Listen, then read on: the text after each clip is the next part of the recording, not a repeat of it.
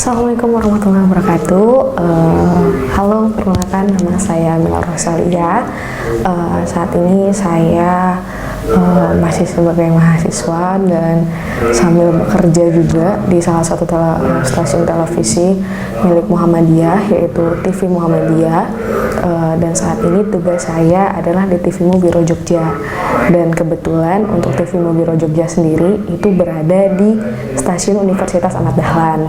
Nah, jadi pada kesempatan kali ini karena saya diberi kesempatan oleh Pak Dikdik untuk bisa mengisi dan memberikan semacam share tentang pengalaman-pengalaman apa aja yang udah pernah saya dapat selama saya di TVMu, berkegiatan di TVMu, baik di TV UAD dulu sampai ke TVMu gitu ya.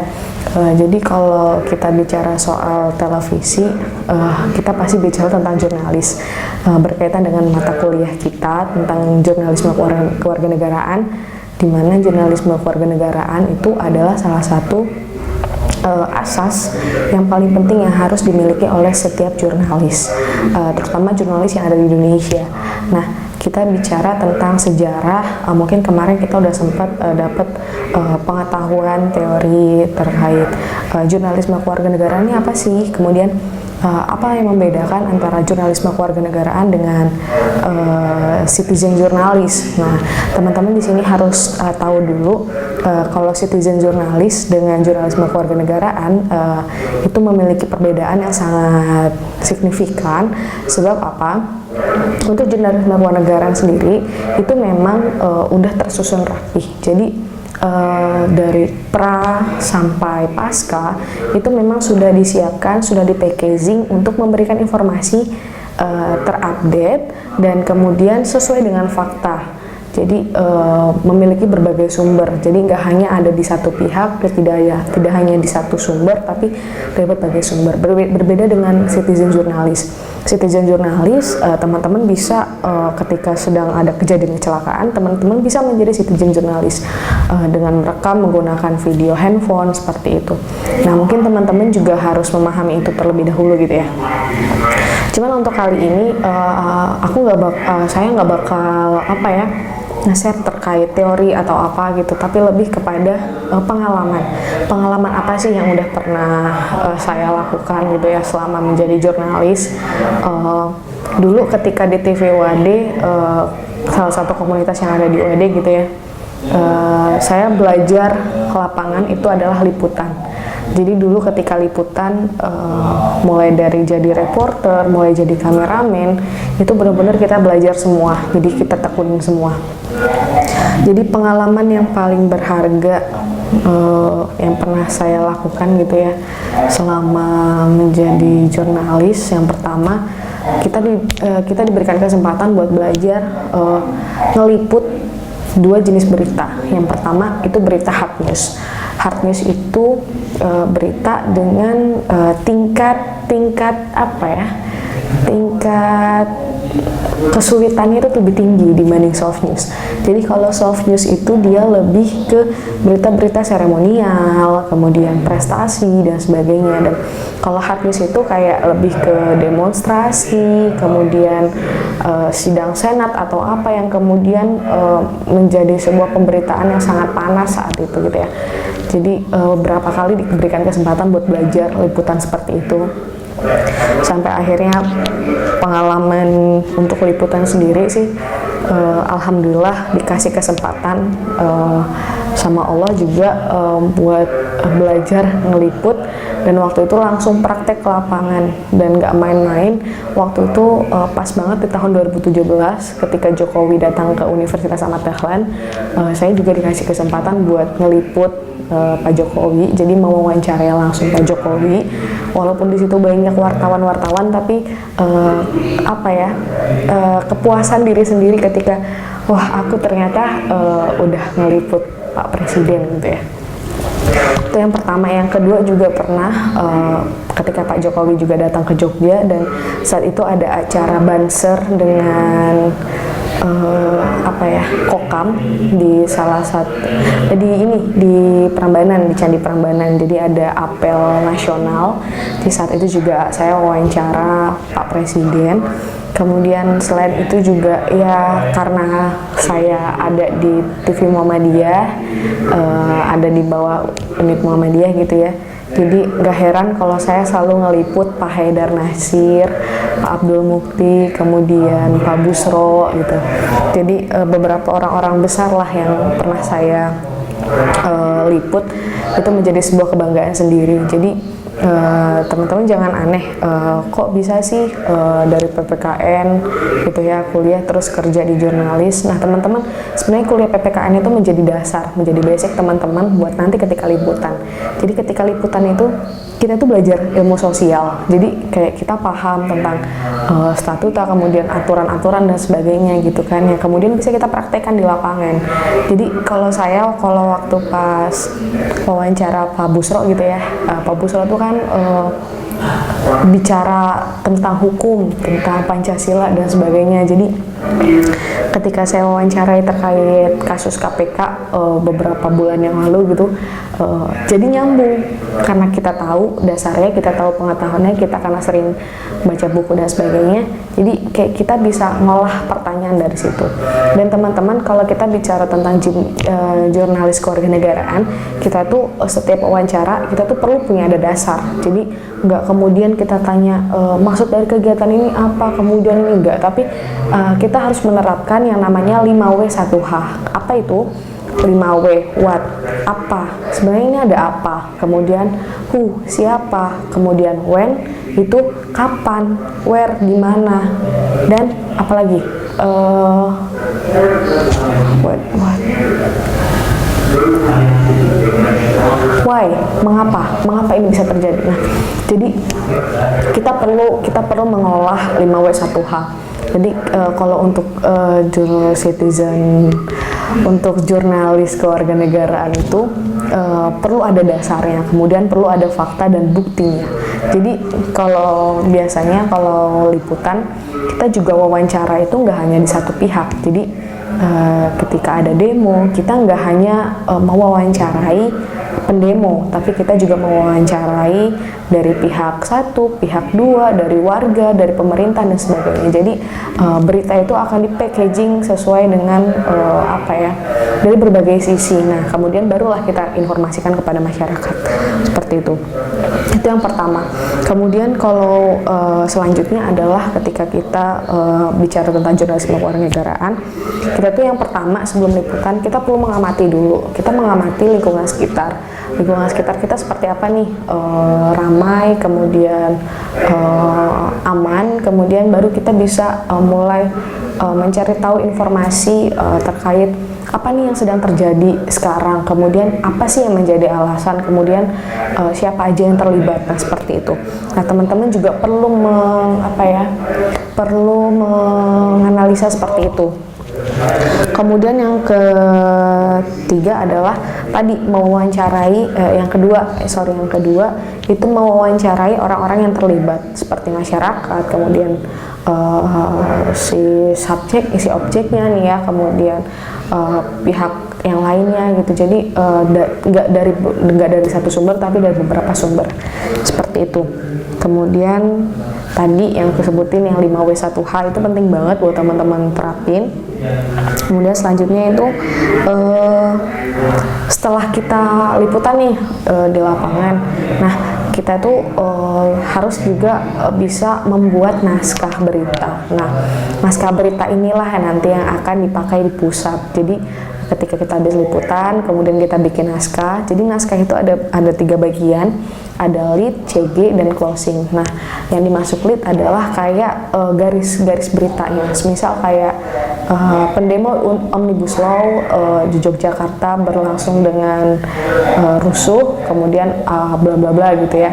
Nah, nanti CG itu adalah isi beritanya. Jadi CG itu isi berita, kemudian isi wawancara dengan orang-orang yang terlibat.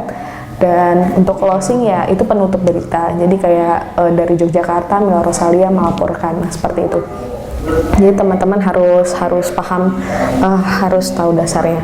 Sebenarnya kalau yang kayak gini tuh enaknya kita ketemu langsung ya, kita bisa belajar. Tapi karena pandemi ya kita juga dipisahkan dengan jarak seperti itu. Jadi ya kita coba untuk memaksimalkan apapun yang bisa kita lakukan buat belajar. Yang penting dasarnya dulu nih, karena saya juga bisa belajar liputan itu nggak hari ini belajar besok langsung, nggak, tapi benar-benar banyak prosesnya. Nah, jadi teman-teman juga bisa searching di internet, karena jujur aja saya sebagai reporter di lapangan atau sebagai kameramen, selain belajar langsung dengan kakak-kakaknya gitu ya, tapi kita juga belajar otodidak. Jadi kayak kita cari informasi di YouTube atau informasi di internet, gimana cara mengolah pertanyaan dan sebagainya seperti itu.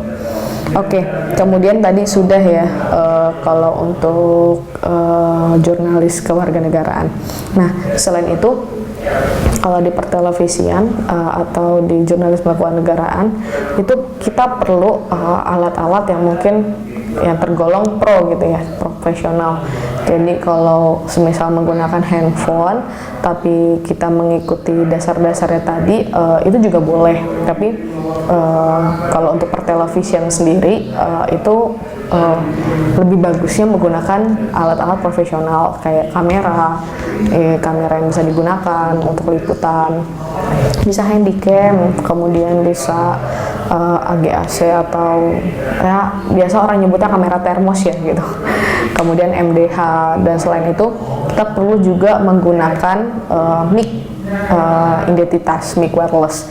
Jadi mic wireless itu adalah sebagai identitas kita dari televisi mana nih, dari media mana nih. Jadi ketika kita mewawancari orang tuh tahu, oh lagi diwawancara sama pertelevisian. Jadi dia bisa apa ya? Ya bisa lebih terbuka lah. Karena kalau wawancara tiba-tiba tanpa tahu media apa kan juga berbahaya ya, karena ya yang namanya sumber itu benar-benar harus kita jaga juga gitu. Terus selain alat-alat profesional yang perlu kita gunakan, yang paling penting adalah ID pengenal. Teman-teman ketika wawancara itu penting banget untuk memakai ID pengenal, karena itu menjadi kekuatan teman-teman ketika bertanya. Jadi mereka ada rasa memiliki kewajiban untuk nggak kewajiban sih, kayak lebih ya merasa harus perlu dijawab gitu. Jadi ketika dia tahu wah ini pers, jadi ya ketika ditanya ya saya harus bisa menjawab gitu. Jadi memberikan informasi ke masyarakat juga menjadi sebuah kewajiban gitu kan, bagi tim pers atau tim media atau dari masyarakat itu sendiri tuh. Kemudian setelah kita live report setelah kita liputan di lapangan, itu nanti kita kirim ke pusat. Jadi kalau di TVMO Jogja, setelah kita liputan, kita bikin naskah, itu kita kirim ke Jakarta melalui Google Drive gitu kan. Kemudian nanti di packaging di sana biasanya setiap satu hari itu satu kali tayang di jam 1 siang di berita TVMO.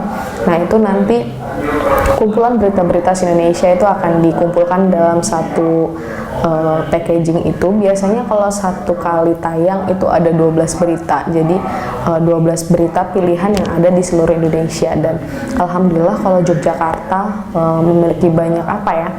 memiliki banyak kesempatan karena kantor pimpinan pusat Muhammadiyah dari Jogja. Jadi kayak lebih diprioritaskan, kayak ya minimal 3 berita yang masuk ke pusat seperti itu.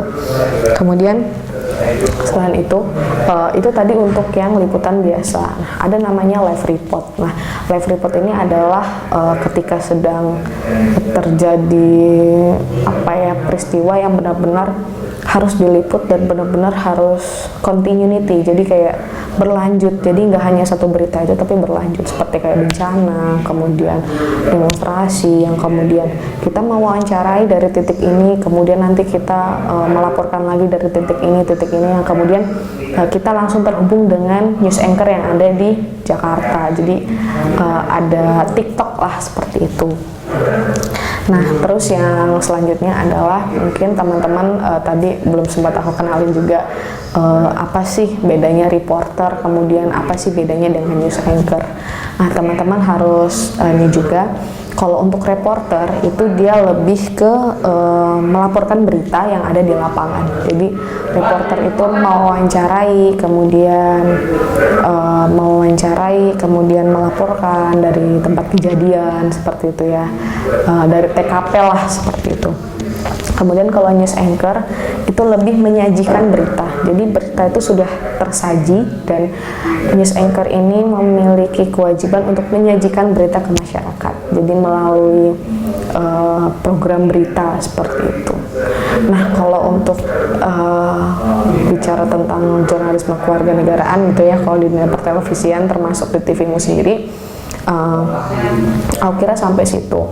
Cuman kalau untuk belajar lebih banyak lagi tentang gimana cara mengolah pertanyaan, gimana cara mengolah ini, nggak bisa aku terangin dalam satu waktu sekarang gitu ya. Kita perlu ada beberapa kali pertemuan gitu untuk membahas yang pertama biar lebih kerucut lagi gitu ya. Jadi kayak kita belajar tentang gimana sih cara menyusun pertanyaan untuk wawancara, terus gimana sih cara buat naskah berita gitu.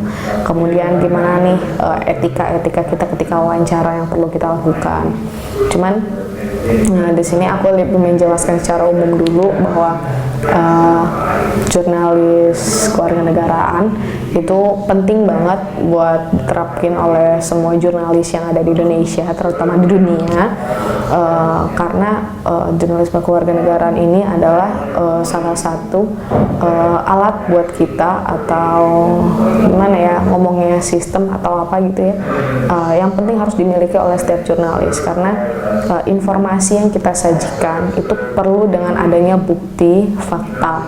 Jadi jangan sampai hanya opini kemudian bisa menggemparkan masyarakat gitu, enggak. Tapi kita ingin memberikan informasi yang benar-benar sesuai dengan fakta, kemudian terbuka gitu, tidak tertutup, dan kemudian memang real itu terjadi dan itu perlu diinformasikan kepada masyarakat. Jadi itu yang harus diperhatikan, karena berbeda dengan citizen jurnalis yang setiap orang pasti bisa jadi citizen jurnalis. Saya pun bisa menjadi citizen jurnalis, tetapi saya menjadi citizen jurnalisnya perlu banyak yang perlu dilakukan. Jadi kita ketika jadi citizen jurnalis bukan hanya memvideokan tragedi apa, tapi kita juga perlu wawancara orang-orang sekitar yang melihat kejadian kemudian yang terlibat, sehingga berita itu layak untuk diinformasikan kepada masyarakat. Mungkin seperti itu. Oke, kemudian ya untuk lain-lainnya ya kayaknya nanti mungkin teman-teman ada yang bertanya aja gitu ya, terkait apa kalian pengen belajar apa. Sebenarnya saya sebagai mahasiswa PPKN juga terbuka ya buat teman-teman PPKN. Ketika teman-teman PPKN ingin belajar, kemudian ingin belajar caranya menjadi jurnalis itu seperti apa, kemudian liputan itu seperti apa, karena jujur aja terakhir liputan berarti akhir tahun kemarin ya, akhir tahun 2019, dan itu juga liputannya sama siapa ya, Prof. Colin Arsyad, itu salah satu pimpinan Muhammadiyah juga. Dan ya kalau kita ngomongin masalah liputan kemudian lapangan jurnalis tuh senang aja gitu, karena kita bisa mengimplementasikan mata kuliah yang pernah kita pelajari PPKN di lapangan langsung. Jadi benar-benar kita tuh belajar banyak di lapangan terkait gimana melihat kasus-kasus yang ada seperti itu. Gitu sih. Kalau untuk pengalaman ya, walaupun sudah beberapa tahun ini bergelut di dunia jurnalis ya, tapi masih terus belajar sih.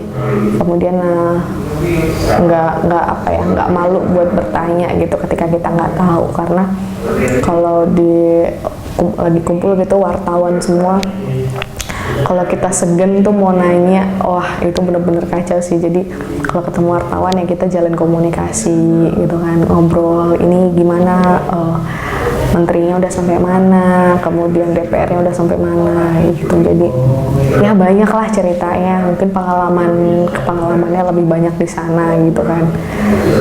Kalau aku gitu sih, karena teman-teman perlu diperhatikan adalah pengalamanku setelah wawancara presiden, wawancara menteri, DPR, kemudian pimpinan pimpinan Muhammadiyah atau lembaga-lembaga lainnya, pimpinan-pimpinan rektor dan sebagainya gitu ya, memiliki tingkat keamanan yang berbeda. Termasuk presiden. Dulu tuh kalau presiden tuh harus diperiksa beberapa kali pakai detektor, itu ya Allah ribet banget. Tapi itu menjadi apa ya, kenangan sendiri sih. Wah, pernah loh gitu kan, pernah, dan itu luar biasa sekali, sensasinya tuh beda banget. Jadi mungkin teman-teman PPKN kapan-kapan nanti kita belajar lagi lebih jauh, kemudian kita belajar praktek langsung. Nah, untuk belajar lebih ekstrim, kita langsung wawancara orang-orang yang wah gitu kan, biar kita lebih semangat lagi buat belajar gitu. Kalau untuk pengalaman yang paling menarik adalah wawancara siapa? Saya satu favoritnya wawancara Pak Busro. Pak Busro adalah salah satu orang tokoh yang luar biasa yang wah saya kagumi karena beliau sangat menghargai jurnalis, beliau sangat terbuka, jadi apa ya, membuka banyak pikiran.